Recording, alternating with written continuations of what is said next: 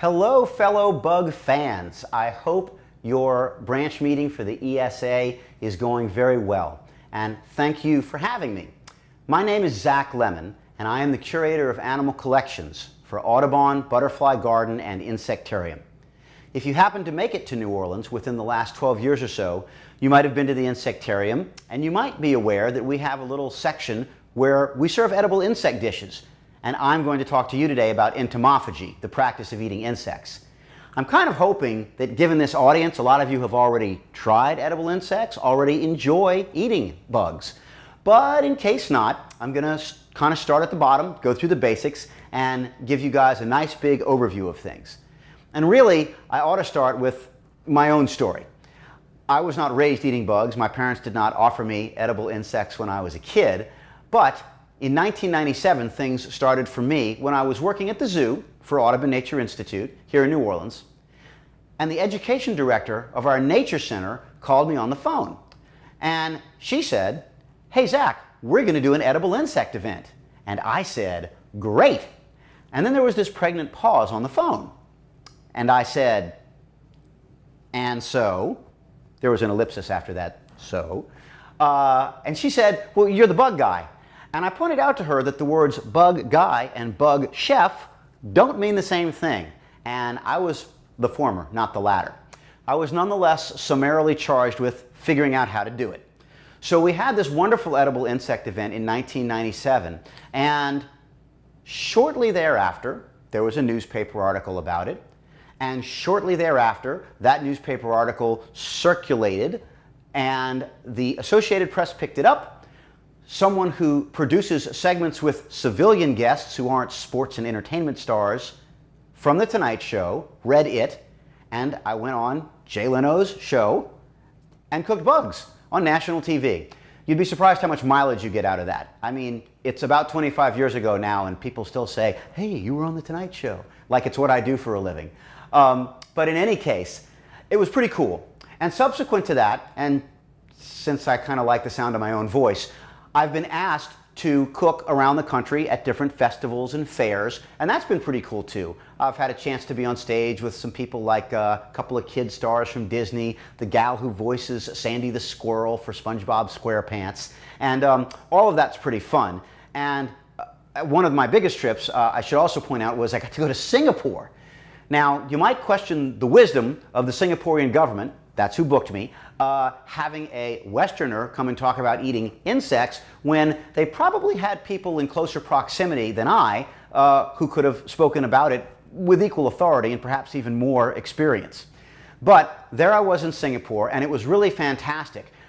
The only catch was, kind of humorous but kind of disappointing, I found out after I was there, all set up, that I was there for demonstration purposes only, and consumption of anything I fixed was strictly prohibited. There was probably some health code stuff going on that they just couldn't work out with an international guest flying in his own bugs or his own food, such as it were. We'll talk a little bit more about that health code piece of the puzzle later. But in any case, when we opened our insectarium in New Orleans in 2008, it was a foregone conclusion that we would have an edible insect area there.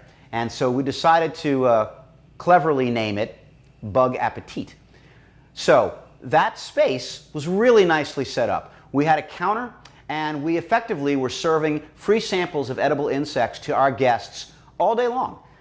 It was really quite popular, and if you want to know numerically what was going on, we were receiving about 200,000 visitors a year, and between house crickets, waxworms, and mealworms, which are the three things that we ordered en masse and cooked and served, we were going through 200,000 insects a year. So we were averaging one bug in the mouth of every guest over the course of a calendar year.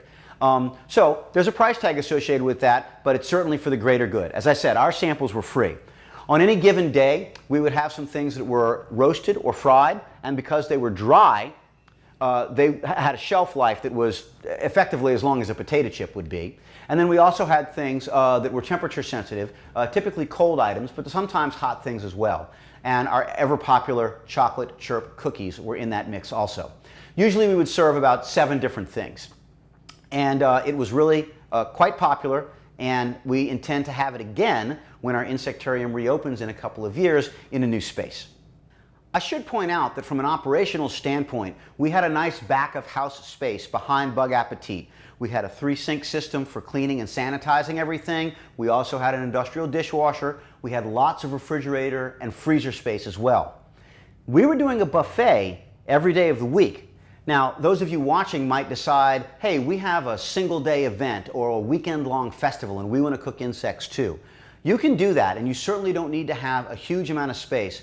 But at some point, somehow, before you figure out what and how you're going to serve, you need access to a kitchen space. That's an important tip, and I didn't want to get through this whole video without mentioning that. This is also, I guess, as good a place as any to talk about a couple of frequently asked questions. If you do what I do, everyone will say, what does a bug taste like? And if you haven't had one before, you might have heard the standard answer is most bugs taste kind of nutty. Well, the fact of the matter is that a macadamia nut doesn't taste like a Brazil nut, and a Brazil nut doesn't taste like a cashew.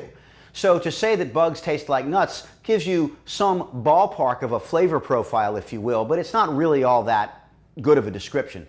That said, I'll go ahead and agree with it, especially if you haven't added lots of other textures and flavors to your insect dish and you're eating the bug in relatively plain or not overly seasoned fashion. Every once in a while, when we were serving edible insects to our guests, some people who didn't realize that was part of their museum experience would come up to us and say, is that real? Or are there real bugs in there? And I would usually try to disarm them with a little humor and say, what kind of bug chef would I be if I wasn't cooking with real insects? Or do you know how much trouble I would get in if I said this was an edible insect dish and it wasn't a real insect? I find actually that for those who are, let's say, hesitant to expand their gastronomic horizons, disarming them with a little humor, in addition to some logic, is a good way to get folks over some anxieties that they might have. So keep that in mind as well. If you serve edible insect dishes to people, you'll invariably be asked, why isn't it more common in the United States? Well, most of the people in the US are initially from European stock. That's a temperate climate, and so unlike the tropics, you couldn't just go out and forage for insects if that was your protein need. There are also other parts of the world, particularly in the tropics, where large-scale farming of livestock, poultry, swine, cattle, just isn't practical. So if you look at the folks who are in the United States, for the most part, and where they come from, there's a practical reason why entomophagy isn't in our history.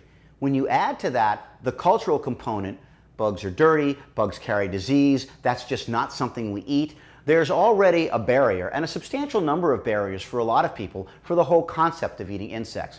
But we can overcome these barriers, first of all, by cooking some good food, and second of all, by kind of talking it out. And we'll do a little bit of that in the next few minutes.